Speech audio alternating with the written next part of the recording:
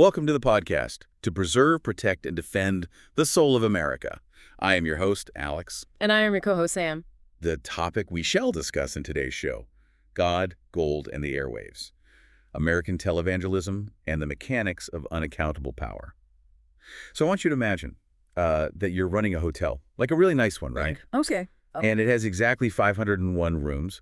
But now imagine you go out and you sell 160,000 separate people a quote-unquote lifetime guarantee to stay in that exact hotel. Which is just, the math on that is wild. Right. It's impossible. And then you take all their money and you use it to air condition your dog's kennel. Naturally, as one does. Yeah, as one does. Yeah. But if you or I did that in, the regular secular business world, we would be facing a barrage of federal prosecutors. Massive SEC investigation. Oh, yeah. Decades in a federal penitentiary for sure. Exactly. It'd be an open and shut case of wire fraud. But in this uniquely shielded world of, 1987 American televangelism, that was just another Tuesday. It really was. And, that's exactly why this deep dive today is completely different from the usual tabloid retellings. Right. We're not just doing the gossip. Exactly. The human drama is obviously wild, the tears on camera, the affairs, the lavish estates. But our mission for you today is to completely deconstruct the invisible machinery underneath all that drama. The structural stuff. Yeah, we're looking at this fascinating, largely hidden architecture. This is the story of how the intersection of broadcast technology, incredibly specific tax laws, and First Amendment constitutional protections built a uniquely American juggernaut. Because we're talking about an entity that operates entirely outside the rules, governing almost every other massive institution in our society. Totally. When I was going through the source material for this deep dive, I just couldn't stop comparing the classic televangelist empire to, a modern Silicon Valley conglomerate. That's a really interesting way to frame it. Right. Think about how a massive tech giant operates today. They've got a media and streaming division, a massive real estate footprint, a huge data mining operation. And usually venture capital arm plus a political lobbying group. Exactly. And the televangelist empires of the 1980s were functioning exactly the same way. The only difference is they were wrapped in this impenetrable constitutional force field. That tech conglomerate analogy is spot on. But to truly understand how that force field was constructed, we can't just start in the 1980s. We have to go back further. Way back. The machinery that built these empires relies on a specific kind of psychological and logistical groundwork. And that goes all the way back to the early entrepreneurial DNA of American Christianity. Because revivalism in America wasn't just this, spontaneous spiritual event. No, it was heavily engineered. Right. There was a very deliberate method to it. Our sources point back to George Whitefield in the 1740s. Yeah, Whitefield is a fascinating starting point. He's out there preaching outdoors to tens of thousands of people in the colonies. He is essentially early America's first modern celebrity. And what's really wild is how he understood publicity before mass media even existed. Oh, the advance writers? Yes. He would send out these advance writers to literally stir up newspaper controversies about his arrival just to ensure a massive crowd. He realized early on that spectacle drove engagement. And then, the mechanics of that spectacle just get more and more refined over time.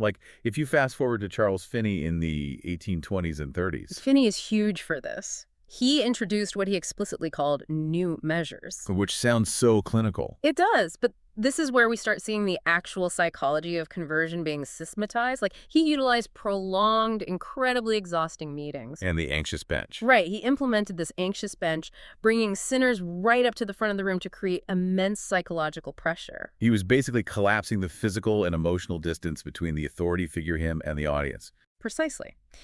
And he understood that high emotion was a catalyst for commitment, which, decades later leads you to Dwight L. Moody, who takes Finney's psychological insights and practically industrializes them. Like a CEO. Yeah, Moody operated his citywide revivals like a Gilded Age railroad tycoon.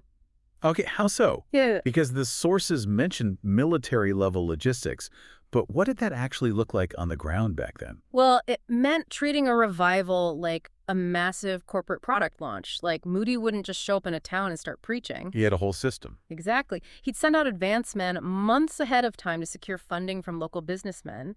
He ran these saturation newspaper advertising campaigns. Oh, and the choirs? Yes. He utilized professionally trained massive choirs, and those choirs weren't just for aesthetics, they were carefully deployed to psychologically prime the audience. Just softening them up emotionally before Moody even took the stage. Exactly. He figured out how to turn spontaneous religious emotion into a scalable, repeatable, and highly funded product. Which perfectly sets the stage for someone like Billy Sunday in the early 20th century. I mean, this guy was a former professional baseball player. And it showed in his preaching style. Totally. He brought this pure, kinetic, sweat-drenched performance to these massive urban stadiums. He's pacing, he's sliding across the stage, literally breaking chairs. He essentially anticipated the emotional grammar of modern mass entertainment. Yeah. So the foundational insight we have to grasp before we even touch a television dial is that American revivalism was never purely spiritual. It was always organizational, financial, and technological. Exactly. And that evolutionary timeline leads us directly to the 1920s, which is when the ultimate technological amplifier arrived, which was radio. The game changer. Big time. The first religious broadcast happened in 1921, but the figure who truly synthesized everything we just talked about, the spectacle, the logistics, the technology, was Aimee Semple McPherson. She is such a crucial figure in this history, especially because, the rest of the televangelist story we are going to tell today is so heavily dominated by men in tailored suits. Right, but she built the template. She really did. She was a Canadian-born Pentecostal who just barnstormed across the country fundraising until she built the 5,300-seat Angelus Temple in Los Angeles in 1923. And she built it entirely debt-free. Which is insane. And then, a year later, she opens her own radio station. The federal government literally hands her a woman in 1924 her own broadcast license. Because she was an absolute savant of the medium. She didn't just, broadcast a dry Sunday sermon. She created what she called illustrated sermons. These were massive. Huge theatrical productions, full Hollywood-style sets, costumes, mechanical props, a full orchestra. She fundamentally invented the fusion of entertainment and evangelism that would define the entire century. She established the entire architectural blueprint that we still see today. Right. Like, she was the highly charismatic, media-savvy founder. She had the dedicated state-of-the-art broadcast facility. And the prayer tower. Yes, she established the round-the-clock prayer tower, ensuring constant engagement with her followers. And it's also really worth noting from our sources that her ministry was racially integrated. Which was incredibly rare at the time. Extremely. She was hosting Black Pentecostal leaders in Los Angeles at a time when that was deeply unconventional and controversial. She really was breaking boundaries on multiple fronts. But of course, she also set the precedent for the spectacular, tabloid-feeding fall from grace. The scandal template. Right. In 1926, she vanished for 5 weeks, claiming she had been kidnapped. It turned into an absolute media circus. There were grand jury investigations, right? Yeah, and endless speculation that she had actually just been having an affair with her married radio engineer in a romantic cottage. It is the exact preview of the scandals we would see 60 years later. The dedicated followers believing every word, the media frenzy, and that underlying financial empire keeping everything afloat. But while McPherson was pioneering the format and the drama, the federal government was making regulatory decisions that were about to inadvertently supercharge this entire industry. Yes, and this is one of the most fascinating mechanics in the source material. We have to look at the Federal Radio Commission in 1927. Right, the FRC, which Right. eventually became the FCC. So in 1927, they stepped in to bring order to the chaos of the early airwaves. They decided to partner with the major radio networks, and they created 2 distinct categories for religious airtime. Sustaining time and commercial time. Right. Okay, break that down for us, because this distinction literally changes American history. So sustaining time was free airtime. The government and the networks decided to give this free prime airtime exclusively to mainstream, ecumenical, Protestant, Catholic, and Jewish organizations. The genteel, established, quiet religions. Exactly. But the independent, evangelical, and Pentecostal broadcasters, the loud, charismatic, fire and brimstone preachers, the networks refused to give them sustaining time. So they were locked out of the free ride. Completely. If they wanted to be on the air, they were forced into the commercial time category. They had to pay out of pocket at commercial rates for every single minute of airtime. The government's intention here is completely obvious. I mean, they wanted to elevate the polite mainline churches and price the rowdy independent evangelicals right off the air. They thought the free market would bankrupt them. But what was the actual result of this policy? It was perhaps the greatest regulatory backfire in American history.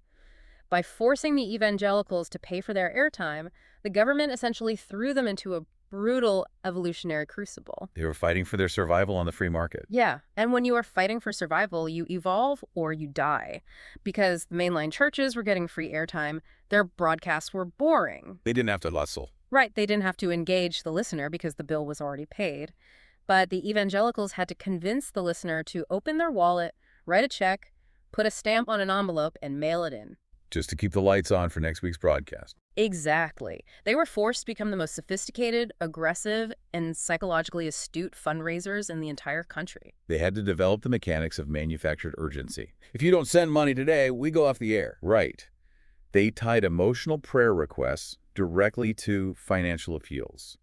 They mastered the art of the direct call to action decades before internet marketers even existed. And it worked phenomenally well. I mean, by 1937, a man named Charles Fuller, an independent religious broadcaster, had the #1 most listened to show on American radio. Wait, beating out secular show? Completely beating out secular entertainment. And it was entirely self-funded by listener donations. That is just incredible. The very regulation designed to silence them was the pressure cooker that made them invincible. It really was. They built an independent financial machinery that didn't rely on a denomination or a wealthy benefactor. It relied purely on a direct transactional relationship with the audience. And that brings us to the television era in the 1950s. Right. If radio was the crucible, television was the rocket ship. Yeah. And the architect who truly mastered this new medium was Oral Roberts.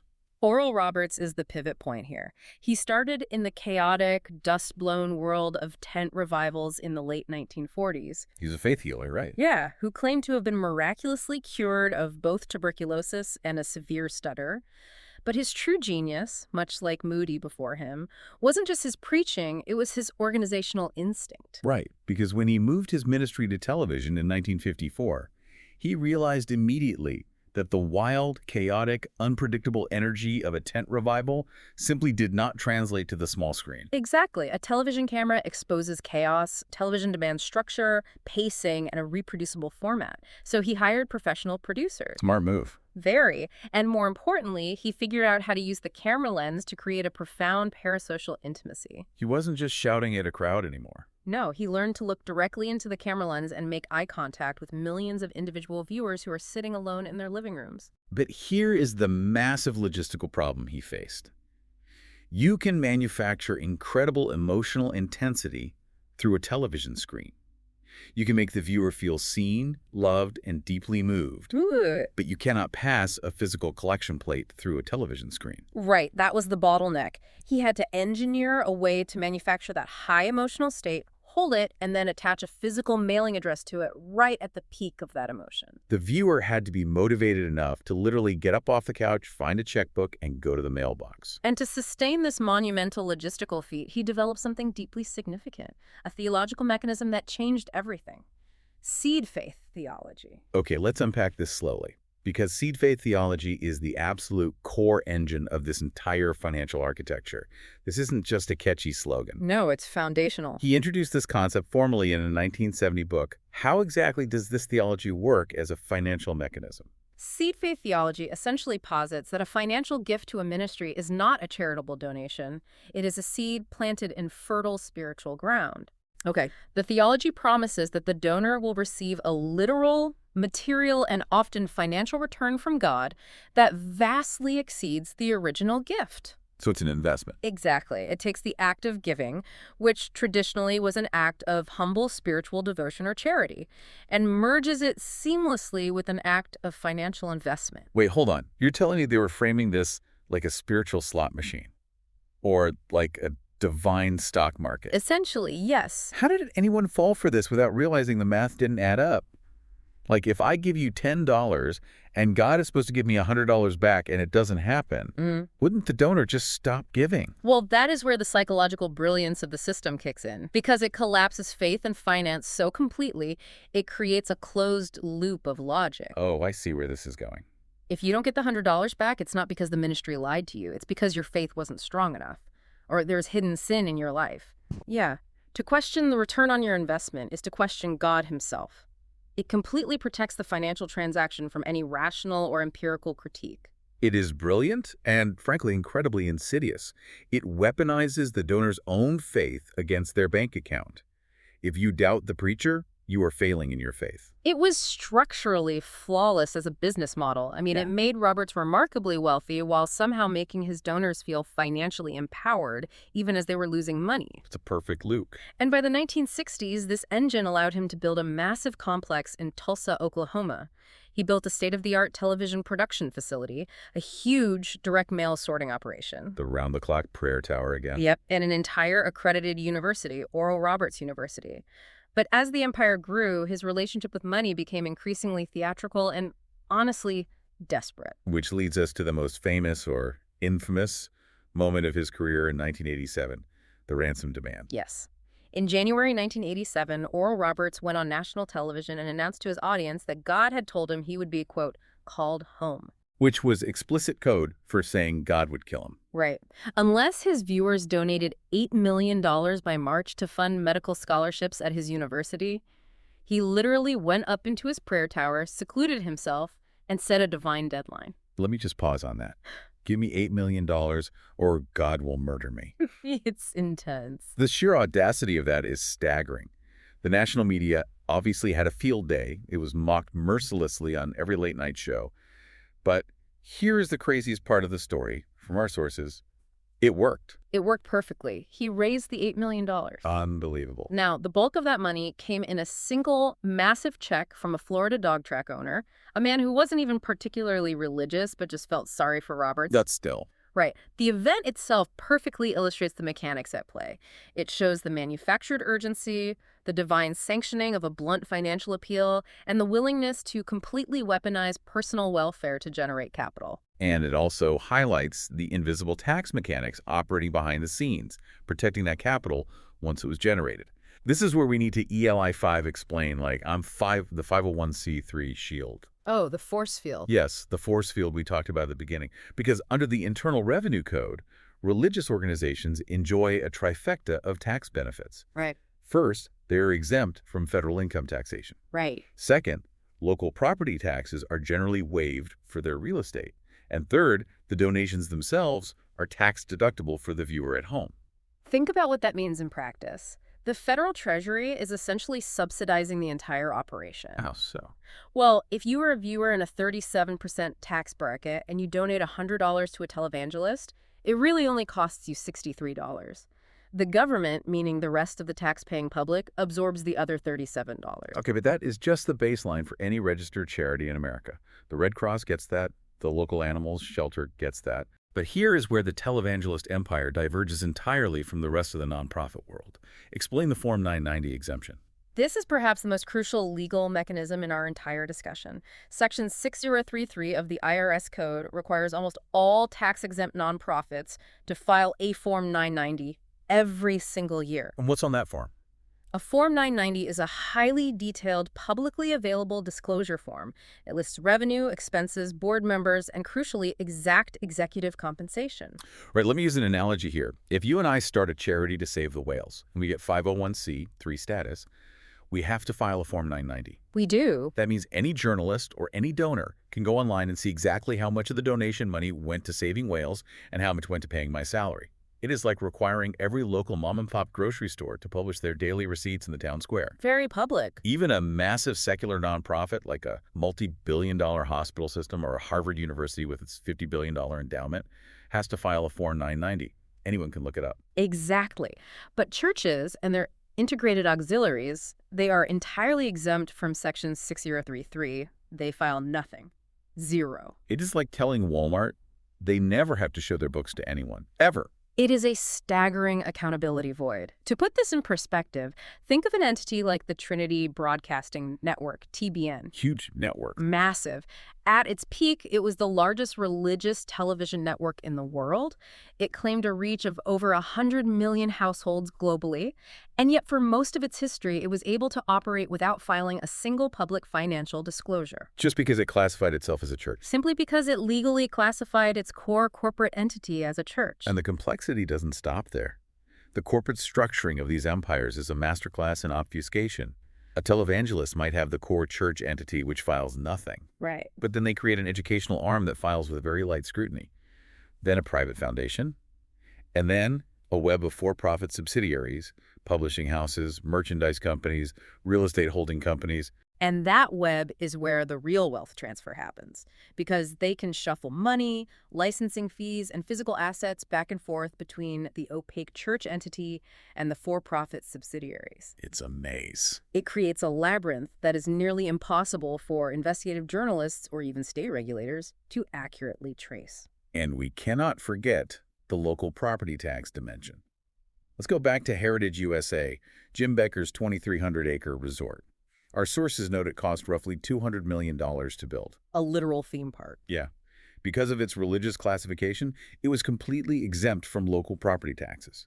Yet a resort seeing 6 million visitors a year requires massive municipal support. It needs infrastructure. It needed police patrols, fire department coverage, water infrastructure, and road maintenance from York County, South Carolina. Which means the local secular taxpayers of York County were effectively subsidizing the overhead costs of a massive commercial theme park. Simply because the theme park claimed a religious exemption. Yeah. And then there is the mechanism that shields their personal take-home wealth, the parsonage allowance. Ah, yes. Section 107 of the tax code. This rule allows ministers of the gospel to exclude housing allowances and the fair rental value of a parsonage from their taxable income. Which, again, sounds completely reasonable if we're talking about a modest, small-town pastor living in a little house next to a rural church. But how did the televangelists apply this law? Well, they applied it to multi-million-dollar waterfront estates, luxury condominiums, and most notoriously private aircraft. Wait, aircraft? How? The legal argument is that if the asset is used for ministry purposes, its value isn't taxable as personal income to the minister. There is that incredibly famous 2019 ambush interview with Kenneth Copeland. A reporter catches him getting into a vehicle and confronts him about his fleet of private jets. Oh, that interview is wild. And his defense wasn't just logistical, like, I have a busy schedule. It was theological. Yes, the tube of demons. He argued that flying on commercial airlines would expose him to a, quote, tube of demons. He claimed he needed the private jets to avoid spiritually harmful company so he could minister effectively. And while the public laughs at the absurdity of a tube of demons, legally, it works. It actually works. Yeah.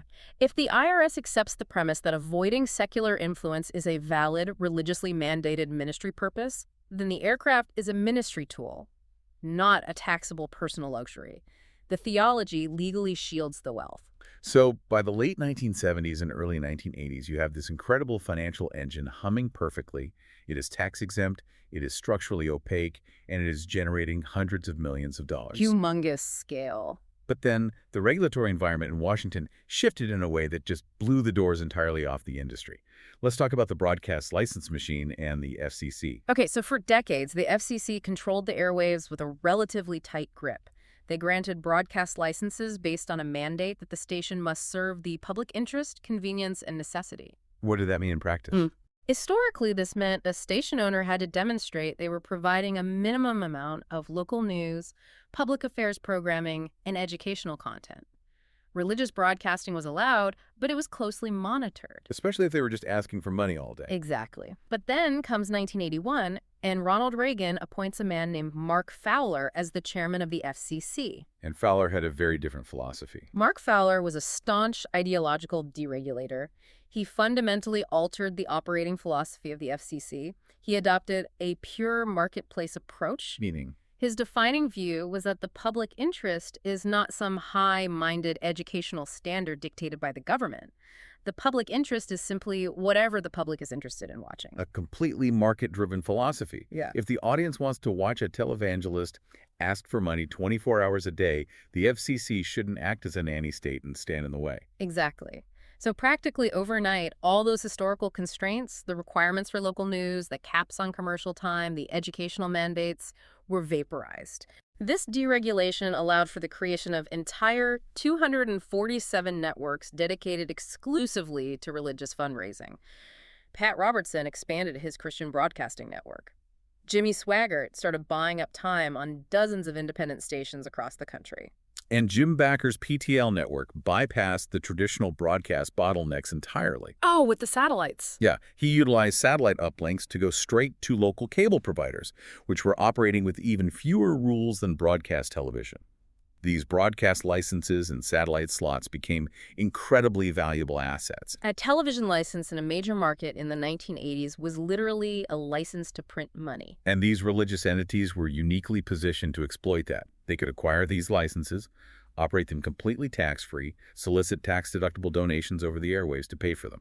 And face almost zero regulatory scrutiny over their internal finances while doing so. The absolute ultimate example of how these assets could be leveraged and liquidated is what Pat Robertson did with his network. This is a sequence of events that still boggles my mind. The Family Channel deal. Yes. He built up the Family Channel over decades. And how did he fund the infrastructure, the studios, the satellite time? He funded it using millions of small, tax-exempt donations from faithful viewers who believed they were giving to a church ministry. Right. And it became wildly successful, broadcasting secular family shows alongside religious content. So what did he do when it got huge? He spun the Family Channel off into a separate, for-profit entity. And his justification for that was fascinating. He claimed this was necessary to protect the core ministry's nonprofit status from being jeopardized by too much commercial activity. But in the spinoff, his family retained a massive controlling ownership stake in the new for-profit company. And then the culmination of this maneuver happens in 1997. That for-profit entity, the Family Channel, was sold to Rupert Murdoch's News Corp, folded into Fox Kids worldwide for $1.9 billion. $1.9 billion. And ultimately, a few years later, the asset ended up being owned by the Walt Disney Company. Let that sink in. A $1.9 billion sale of an asset whose foundational value, infrastructure, and audience were built almost entirely by untaxed, charitable donations from viewers. It's astounding. It was essentially the greatest leveraged buyout in history, subsidized by the American taxpayer. It raises a profound legal and ethical question that the tax code is still unequipped to answer. At what precise point does a tax-exempt ministry cease being a church and simply become a ruthless media conglomerate? It's a blurred line. Completely. The legal maneuvering was objectively brilliant, but it stretched the spirit of the original religious tax exemption to its absolute breaking limits. And fueling all of this broadcast expansion, buying the stations, building the studios, was an invisible, highly advanced, and deeply psychological engine. The direct mail industrial complex. Direct mail, this is where the real mechanics live. We all think of direct mail as junk mail, right? Stuff you throw in the recycling bin without opening. But for these organizations, direct mail wasn't junk.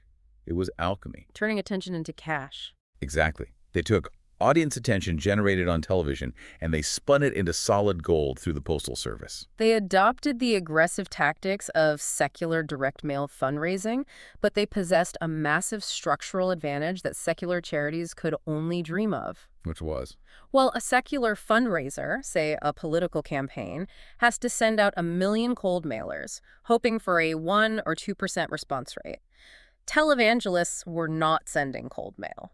They had a warm list. Extremely warm. They were mailing people who were already deeply, emotionally, and parasocially bonded with the preacher through television. Let's walk through the mechanics of this because it is exactly what social media algorithms do to us today, just operating via the Postal Service. Okay. Imagine you were a viewer at home in 1985. Okay. You're watching a broadcast and you are hurting, your marriage is failing, or you just lost your job, or you need physical healing.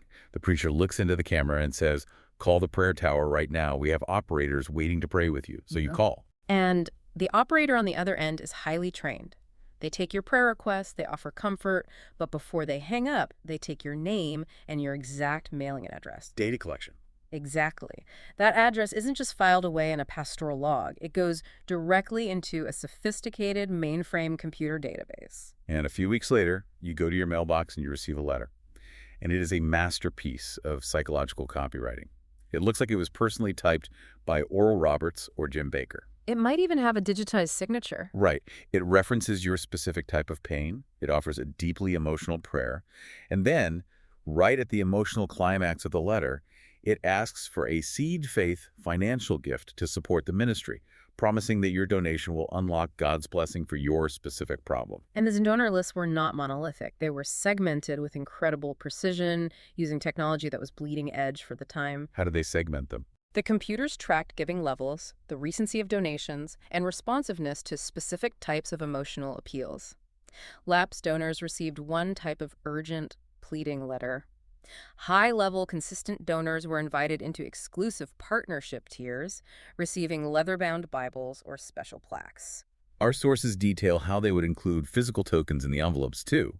A small swatch of cheap fabric allegedly anointed with oil by the minister, a tiny packet of holy water. Even tracings of hands. Yes, a tracing of the preacher's hand that you were supposed to place your own hand on while praying. Wow. It was incredibly tactile. It grounded this massive, supernatural, televised promise into a physical object you could hold in your living room. And it worked. By the mid-1980s, Jim Becker's PTL Club had cultivated an active mailing list of over 2 million households. Wow. Jimmy Swaggart Ministries was pulling in an estimated $150 million a year, and the vast majority of that wasn't from large philanthropic grants. It was from a river of small checks coming through the mail, $5 and $10 at a time. And the economics of this operation were absolutely absurd.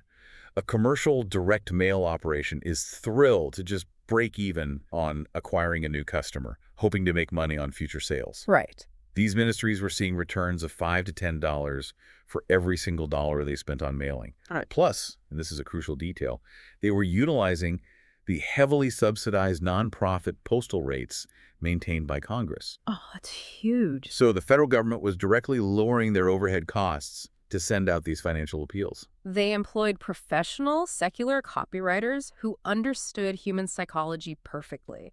They manufactured a state of constant existential crisis. Like, we're going off the air. Yeah, we will be forced off the air by Friday if we don't close this $1 million deficit.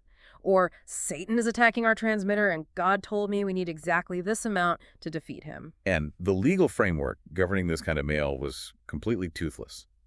If a secular company sells you a weight loss pill through the mail that doesn't work, the Federal Trade Commission will shut them down for mail fraud. But the FTC aggressively avoids judging religious claims because of the First Amendment. You cannot legally prove in a secular court that God did not tell a preacher to ask for $1 million to fight Satan. Exactly. It was a perfect, legally untouchable, perpetually self-funding system. Until, of course, the reckoning of 1987 and 1988. The crash. The systemic architecture survived, but the individual architects faced a brutal, spectacular reality check. Let's go back to Jim Baker and the collapse of PTL. We talked about Heritage USA and the hotel with 501 rooms. Yeah, the impossible math. He funded that massive construction project by selling what he called lifetime partnerships. Right. For a $1,000 donation, you were promised 3 free nights a year at the luxury Heritage Grand Hotel, in perpetuity. And it was pitched on television, not just as a vacation, but as a permanent, safe Christian sanctuary for the faithful to gather away from the secular world. The daily television program became essentially a continuous high-pressure infomercial for these partnerships, and people bought them in absolute droves. Elderly people were sending in their Social Security checks to secure a room they might only visit once. But the math was completely, undeniably fraudulent. When the scandal finally broke and investigators got inside the building, they found that PTL had sold over 160,000 of these lifetime partnerships. For a hotel with 501 rooms? If you run the numbers on that, even if the hotel was completely full 365 days a year, with a new family checking in every 3 days, they could not possibly honor even a fraction of those stays. It's like Fire Festival, but lasting for years. Yes. I compare it to a modern oversold disaster, like the Fire Festival, but running continuously on national television. It was a Ponzi-adjacent scheme. They were using the massive influx of new partnership money just to pay the daily operating expenses of a bloated, wildly inefficient ministry. And the bloat was extraordinary. The bakers were drawing massive 7-figure compensations, which they essentially set themselves. And what were they buying? The ministry was paying for their multiple lakefront homes, fleets of luxury cars, private tuition for their children, lavish vacations, And yes, the infamous detail that became the symbol of the entire era of excess, using ministry funds to air condition their dog's outdoor kennel. Which is just, I mean... This was textbook private inurement, which is explicitly forbidden by the IRS for any 501c organization. But interestingly, it wasn't the financial fraud that brought him down initially. The financial house of cards was exposed because of a sex scandal. The Jessica Hahn story. Right. Charles Shepard and the team at the Charlotte Observer had been aggressively reporting on PTL for years, facing massive pushback. But they finally uncovered that Baker had a sexual encounter in 1980 with a 21-year-old church secretary named Jessica Hahn. And crucially, it wasn't just the affair, it was the cover-up. PTL had paid Hahn $265,000 in hush money. And where did that money come from? That money was drawn straight from ministry funds, routed through a complex web of associates to hide the source. Using tax-exempt donor money to cover up personal sexual misconduct was the absolute breaking point. Baker was forced to resign in disgrace in March 1987. In a panic, he handed the keys of the empire to Jerry Falwell, assuming Falwell would just keep it warm for him. Big mistake. Yeah, because Falwell opened the books, looked at the utter financial devastation, and realized the organization was missing roughly $92 million. He publicly took over, effectively locking Baker out of his own creation. And then federal prosecutors in Charlotte finally moved in. They wanted to prove that religious fundraising was not completely immune to federal fraud statutes. And they did. Yeah, in 1989, Jim Bakker was tried and convicted on 24 counts of mail and wire fraud, specifically related to the oversold partnerships. He was sentenced to 45 years in federal prison, which was later reduced, and he served about 5 years. The PTL collapse also threw a massive spotlight on the secular accounting industry. Deloitte, Haskins & Sells, which was one of the largest accounting firms in the world, had been auditing PTL. And issuing clean opinion. For years. While this massive fraud was occurring, it showed how incredibly weak the auditing standards were for nonprofits. The auditors were just verifying that the internal books matched the bank statements. They weren't investigating whether the underlying business model was a fundamental fraud. And barely had the dust settled on Jim Bakker when the other titan of the era, Jimmy Swaggart, fell. 1988, right. Yep. In February 1988, it was revealed that Swaggart had been repeatedly visiting a prostitute in a seedy New Orleans motel. What is fascinating about the Swaggart story is the ecclesiastical espionage involved. Yes, this wasn't uncovered by an investigative journalist. The exposure was orchestrated by a rival minister named Marvin Gorman. It's like a soap opera. It really is. Swaggart had previously exposed Gorman's own extramarital affairs, essentially ruining Gorman's career. So Gorman hired private investigators, tracked Swaggart to the motel, took photographs, and presented them to the leadership of their denomination, the Assemblies of God. A vicious religious soap opera. Swaggart was incredibly talented, though. A brilliant musician and a visceral, compelling preacher. He was the cousin of Jerry Lee Lewis. Oh, wow. I didn't know that. Yeah, and he brought that same raw Louisiana rock and roll energy to his Pentecostal sermons. At his peak, he was generating $150 million a year. Was his organization as shady as Baker's? Well, to be fair to the source material, his ministry was actually slightly more financially transparent than Baker's because he had to report internally to the massive Assemblies of God denomination. A larger share of his money actually went to real global mission work. But the hypocrisy was just too much for the audience. After his famous, tearful, "I have sinned" confession on national television, his donations plummeted by 70% almost overnight. He refused the denomination's discipline, left the Assemblies of God, and his empire shrank to a fraction of its former size. However, the overarching lesson that the broader televangelism industry learned from the wreckage of 1987 and 1988 was not that they needed systemic legal reform. No, definitely not. It was not that they needed government oversight. Mm-hmm. The lesson they learned was that they needed better public relations and crisis management. Right. This is when the Evangelical Council for Financial Accountability, the ECFA, tried to step up. They tried to tighten their internal standard, requiring independent audits and real independent boards of directors for their members. But the ECFA was essentially a paper tiger. Membership in the organization was entirely voluntary. If a minister didn't like their strict rules, they just didn't join. Exactly. Or if they joined and then broke the rules, the ECFA's only power was to kick them out. Being kicked out carried a temporary reputational hit, but it resulted in absolutely zero legal consequences. They lacked any real enforcement teeth.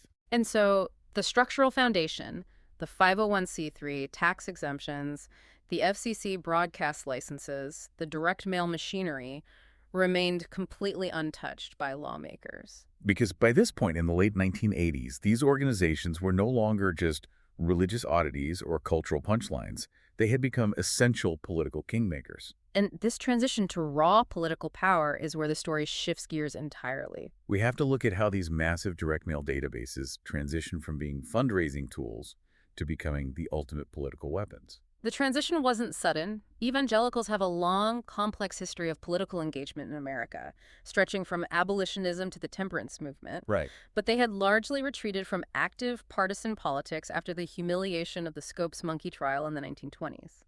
Billy Graham started bringing them back into the fold in the mid-century, carefully cultivating relationships with presidents like Truman, Eisenhower, and Nixon. But Graham always tried to maintain an aura of bipartisan pastoral detachment. True. The real aggressive shift happened in the late 1970s.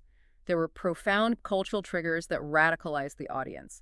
You had the 1973 Roe v. Wade decision, the intense fight over the Equal Rights Amendment, the emergence of the gay rights movement. But a massive, often overlooked catalyst was an action by the IRS in 1978. Yes, the IRS attempted to strip the tax-exempt status from private Christian schools that practiced racial segregation or didn't have explicit non-discrimination policies. The segregation academies. Right. Many conservative evangelicals viewed this as a direct, tyrannical federal assault on their religious freedom, even if the historical origins of those segregation academies made their claims of innocent persecution highly complicated. They felt the entire culture was rapidly shifting away from their values, and they needed to fight back in the political arena. And right at that exact moment, highly organized conservative political operatives, men like Richard Viguerie, Paul Weyrich, and Howard Phillips, looked at the televangelists. And they saw a demographic goldmine. They looked at the direct mail lists of Jim Bakker, Jerry Falwell, and Pat Robertson, and they didn't just see donors, they saw millions of voters. Pre-packaged and ready to go. Yes. These were people who were deeply responsive to emotional appeals, heavily concentrated in the rapidly growing Sunbelt states, and perfectly primed to be the foot soldiers for the emerging conservative Republican coalition. This convergence of religious media and conservative operatives birthed the moral majority in 1979, with Jerry Falwell as its public face. Falwell had the massive television audience and the initial trust of the donors. And the New Right operatives had the ruthless political strategy and the advanced direct mail expertise. Together, they built a mobilization machine that played a highly publicized role in Ronald Reagan's 1980 presidential election victory. But the structural genius of the moral majority was how they navigated the complexities of the tax code. We mentioned earlier that 501c charities, which includes churches, are strictly forbidden by the Johnson Amendment from engaging in partisan political campaigns or endorsing candidates. So how did they build a massive political machine without losing their tax exemption? Yeah. Yes, explain this shell game to me. How does a 501c3 legally fund a political movement without breaking the law? They used a network of interlocking entities. The moral majority itself was incorporated as a 501c4 social welfare organization. A 501c4 is allowed to lobby, engage in political advocacy, and mobilize voters, but the donations made to it are not tax deductible for the donor. Okay, so that's the political arm. Right. Beside it sat the Moral Majority Foundation, which was a 501c charity. The foundation produced quote-unquote nonpartisan voter guides. Ah, I see. These guides were legally classified as educational, even though the issues highlighted heavily favored conservative Republican platforms. And feeding both of those entities was Jerry Falwell's tax-exempt television ministry, the Old-Time Gospel Hour. Exactly. The ministry supplied the audience, the trust, and crucially, the mailing lists. It was a legally defensible shell game. A viewer gives a tax-deductible gift to the television ministry. That ministry covers the massive administrative costs of running the database and cultivating the list. And then that list gets moved over. Right. That list is then legally shared or rented to the 501c4, which uses it for targeted Republican voter registration drives. They were legally funneling tax-subsidized resources into partisan political mobilization. And if Jerry Falwell built the prototype, Pat Robertson took this blueprint and perfected it. Robertson wasn't just a fiery preacher. He was the son of a U.S. senator. He went to Yale Law School. He understood power. He understood elite institutional power on a molecular level. In 1988, he took the unprecedented step of actually running for the Republican presidential nomination. He didn't win the nomination, obviously, but the impact of his run was staggering. He finished second in the Iowa caucuses, utilizing an invisible army of charismatic churchgoers. He finished ahead of the sitting vice president, George H.W. Bush. Yeah. He conclusively proved that a televangelist could convert a television audience directly into a formidable national political constituency. Following that campaign, Robertson essentially bottled that political energy and founded the Christian Coalition with a young, brilliant strategist named Ralph Reed.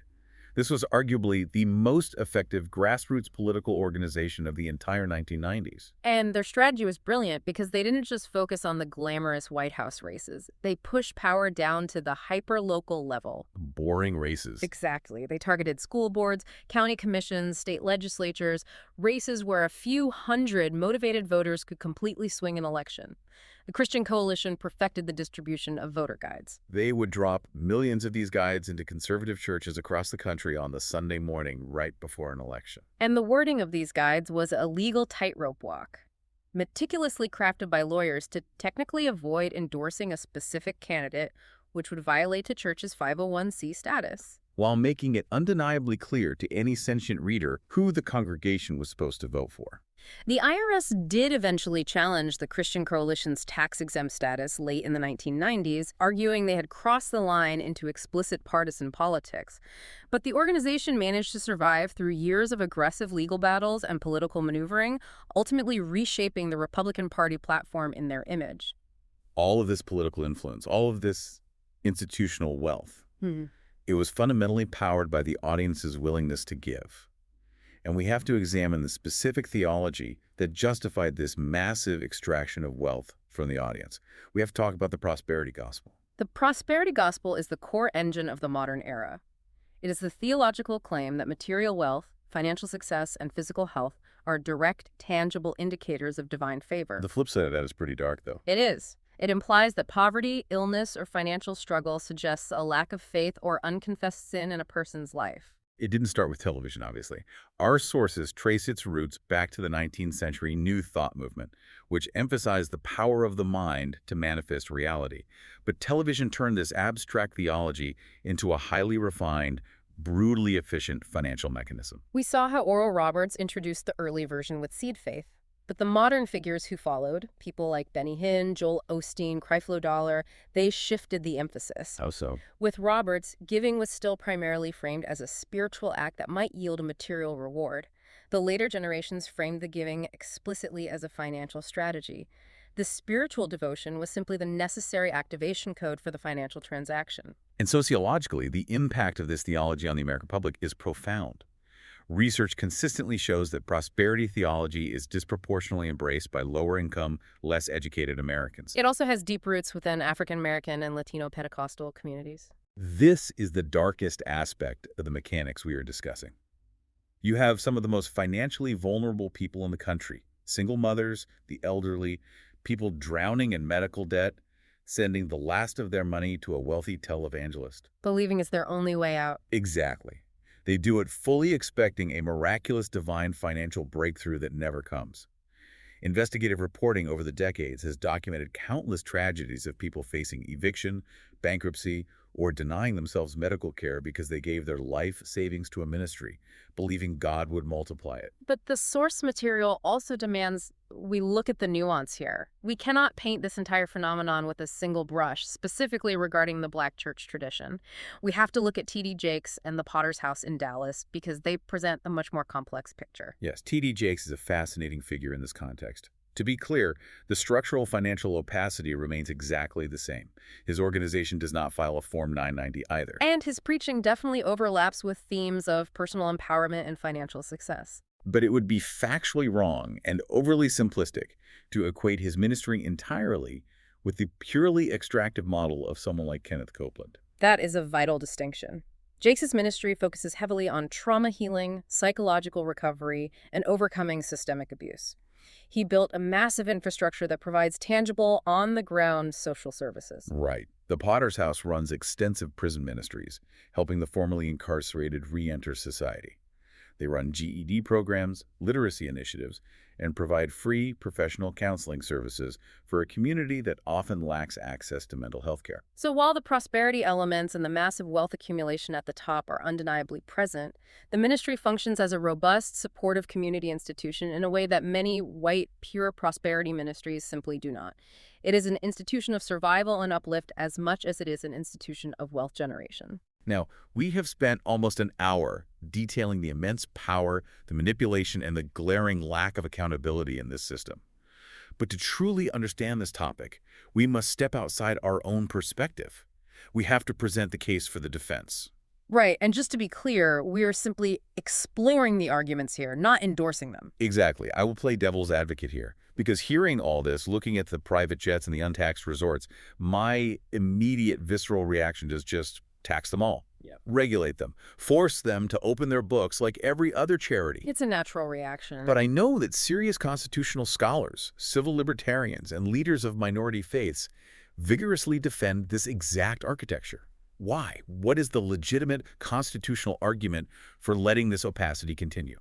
The primary argument is deeply rooted in the origins of the Constitution itself. The framers of the First Amendment men like Madison and Jefferson had just watched European governments and even early colonial governments use financial audits, licensing fees, and targeted taxation as weapons to crush dissenting minority churches. They wanted a wall. Their radical solution was to remove the government's ability to regulate the internal affairs of religion almost entirely. So the argument is about precedent.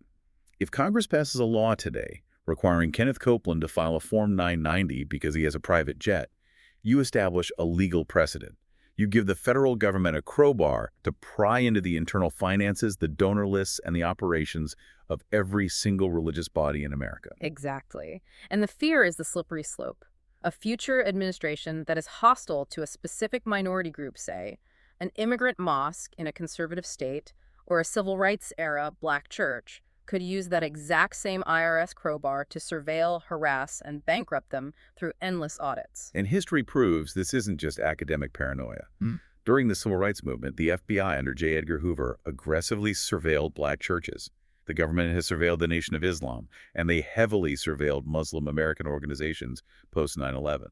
Defenders of the current system argue that protecting a vulnerable minority faith from hostile state surveillance is absolutely worth the ugly cost of letting Jim Bagger or Kenneth Copeland exploit the tax code. You simply cannot write a regulatory rule that only catches the bad actors without endangering the vulnerable ones. There is also a strong argument regarding agency versus paternalism. The critics of televangelism often assume the donors are brainwashed victims who need the government to save them from themselves. But defenders point out that many donors know exactly what they are funding. Right. They are buying hope. They are buying a sense of belonging. They are funding a parasocial relationship that makes them feel less isolated in a very cold world. If a secular consumer can spend $10,000 on a life coach, or a psychic hotline, or a mobile gotcha game, why should religious donors be treated like naive children who need the IRS to protect their wallets? And finally, there is the hypocrisy pushback. Critics are outraged by the financial opacity and political influence of religious broadcasters. But look at secular America. We have dark money super PACs directing billions of dollars in completely untraceable funds to influence our elections. We have elite university endowments hoarding tens of billions of dollars, operating essentially as untaxed hedge funds. We have massive corporate entities paying near-zero effective tax rates through complex offshore loopholes. Defenders ask a very fair question. Why single out religious organizations for a massive new regulatory crackdown when secular institutions operate with similar or even worse financial impunity? It is a powerful counter-argument. If the underlying problem is unaccountable institutional power, religion is just one flavor of it in America. But let's move out of the 1980s and into the 21st century. Because the FCC and broadcast licenses were the primary gatekeepers in the 80s and 90s, what happens when the internet removes those gates entirely? Does the accountability get better, or does the Wild West just get wilder? Oh, it gets significantly wilder. The internet changed the entire distribution model. Streaming video and platforms like YouTube allowed ministries to bypass the FCC entirely. You don't need a multi-million-dollar broadcast license if you can just stream in 4K directly to a smartphone anywhere in the world. Exactly. And the direct mail operations we talked about, The prayer cards and the segmented databases, they evolved into highly targeted social media data mining. The algorithms took over. These ministries can now track your engagement, optimize their emotional appeals using behavioral data, and target you with a precision that the direct mail pioneers of the 80s could only dream of. The accountability gap actually widened because the digital landscape is even harder for governments to regulate than the airwaves. And the political entanglement reached unprecedented new heights. During the 2016 presidential campaign, Donald Trump assembled an evangelical advisory board. It prominently featured major prosperity gospel figures like Paula White and Kenneth Copeland. And Trump publicly promised his supporters that he would destroy the Johnson Amendment. That's the 1954 rule we mentioned earlier that bars 501c charities from endorsing political candidates. Right. Now, Congress didn't actually repeal the amendment, but Trump's rhetoric essentially legitimized what many of these politically active ministries were already doing in the shadows. The IRS enforcement of the Johnson Amendment against churches has been practically dormant for decades anyway. Largely due to a paralyzing fear of First Amendment litigation and massive political blowback. Exactly. However, the modern digital era does impose a new kind of accountability. It requires hypersensitivity to social media optics, even if legal accountability isn't present. Look at Joel Osteen's Lakewood Church in Houston during the catastrophic Hurricane Harvey in 2017. This is a perfect example of the new paradigm. As the city of Houston was drowning in floodwaters, Lakewood Church, which operates out of a massive 16,800-seat former NBA arena, initially did not open its doors as a public shelter. They cited concerns about flooding on the lower levels and safety logistics. In the 1980s, they could have just issued a press release and weathered the storm. But in 2017, the internet backlash was instantaneous and ferocious. People started posting photos and videos of seemingly dry streets around the massive building. Regardless of the exact logistical reality on the ground, which was genuinely complicated and dangerous, the public relations crisis became a hurricane of its own. The digital court of public opinion forced their hand. They opened the doors shortly after the backlash peaked and ended up sheltering hundreds of evacuees. It showed that while the IRS or the FCC might not hold these mega institutions accountable, a viral social media mob exerts its own kind of massive immediate pressure. And while they were adapting to the internet at home, this entire architectural model became a massive global export. Starting in the 1970s and 80s, American ministries began aggressively pushing their programming overseas.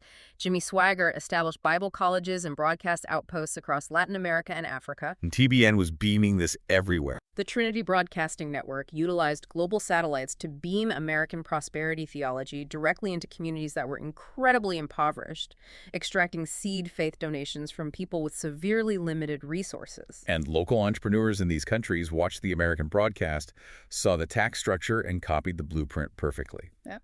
In Brazil, a man named Adir Macedo founded the Universal Church of the Kingdom of God, the UCKG. It is a staggering empire. He acquired Brazil's second-largest commercial television network and expanded the church globally into over 100 countries.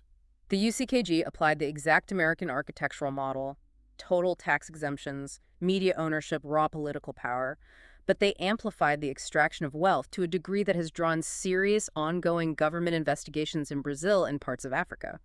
And historically, during the Cold War, there is documented evidence that the CIA and the U.S. State Department sometimes viewed these conservative, anti-communist evangelical exports as highly useful cultural counterweights to leftist and Marxist movements in Latin America. The American government actively benefited from the export of this theology. So we have this massive, global, legally shielded, politically entrenched system. What happens when the American government actually tries to pierce the veil and investigate it? We saw a prime example in 2007. Senator Charles Grassley, a Republican from Iowa and an evangelical Christian himself, launched a formal Senate Finance Committee investigation into 6 prominent media ministries, including Kenneth Copeland, Benny Hinn, and Creflo Dollar.